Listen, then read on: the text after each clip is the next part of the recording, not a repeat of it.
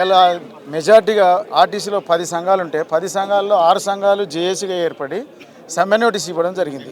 ఈ జేఏసీగా ఏర్పడడం గల కారణం ఏంది?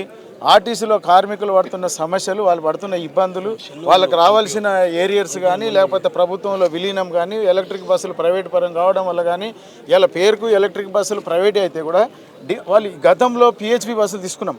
ఆ బస్సులు ఓనరే ఇంటి దగ్గర పెట్టుకుంటాడో సపరేట్ గ్యారేజ్లో పెట్టుకునేది. కానీ ఈరోజు ఎలక్ట్రికల్ బస్సులు ప్రైవేట్వే, కానీ అవి అన్నీ ఎక్కడ పెడుతున్నారు? డిపోలో పెడుతున్నారు.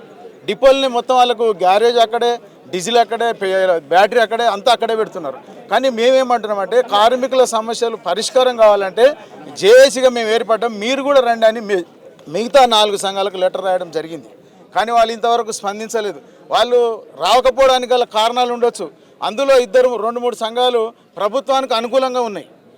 2-3 సంఘాలు ప్రభుత్వానికి అనుకూలంగా ఉన్నాయి కాబట్టి వాళ్ళు ఇవ్వట్లేదు.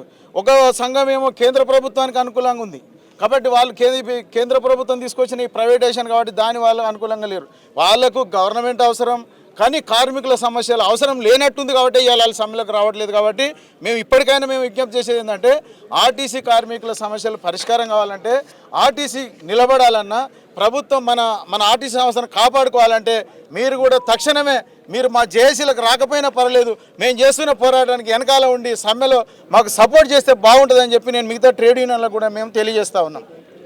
అది ఖచ్చితంగా మేము 6 సంఘాలకు మాత్రం జేఏసీగా మా నిర్ణయాలు తెలియజేస్తాం.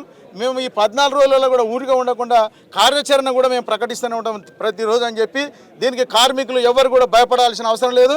మనకు రాజ్యాంగ పరంగా రావాల్సిన హక్కుల గురించే మనం పోరాటం చేస్తున్నాం తప్ప మనం వ్యక్తిగత కారణాలు కాదు, వ్యక్తిగత స్వార్థ ప్రయోజనాలకు కాదని చెప్పి మీరందరూ భయపడకుండా ఇలా చూడండి.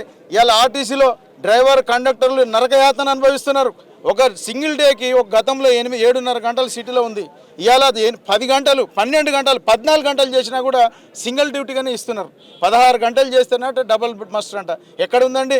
మనకు స్వాతంత్రం రాకముందు 16 గంటల పోరాటాన్ని అంబేద్కర్ గారు ఫైట్ చేసి కొట్లాడి రాజ్యాంగంలో 8 గంటల పని దినాలు కల్పిస్తే ఇవాళ వెనకటి మనకు స్వాతంత్రం రాకముందు ఏ విధంగా పరిస్థితులు ఉన్నాయో ఇవాళ ఆర్టీసీ కార్మికులకు ఆ పరిస్థితులు ఏర్పడ్డాయి. కాబట్టి కార్మికుల యొక్క పనిభారం, ఒత్తిడి కూడా తగ్గాలని చెప్పి ఇవాళ మేము సమ్మెలోకి దిగడం జరిగింది. కాబట్టి ప్రభుత్వం ఇప్పటికైనా మేలుకొని మాతోటి చర్చలు ఎప్పుడు పిలిచినా మేము రావడానికి సిద్ధంగా ఉన్నాం.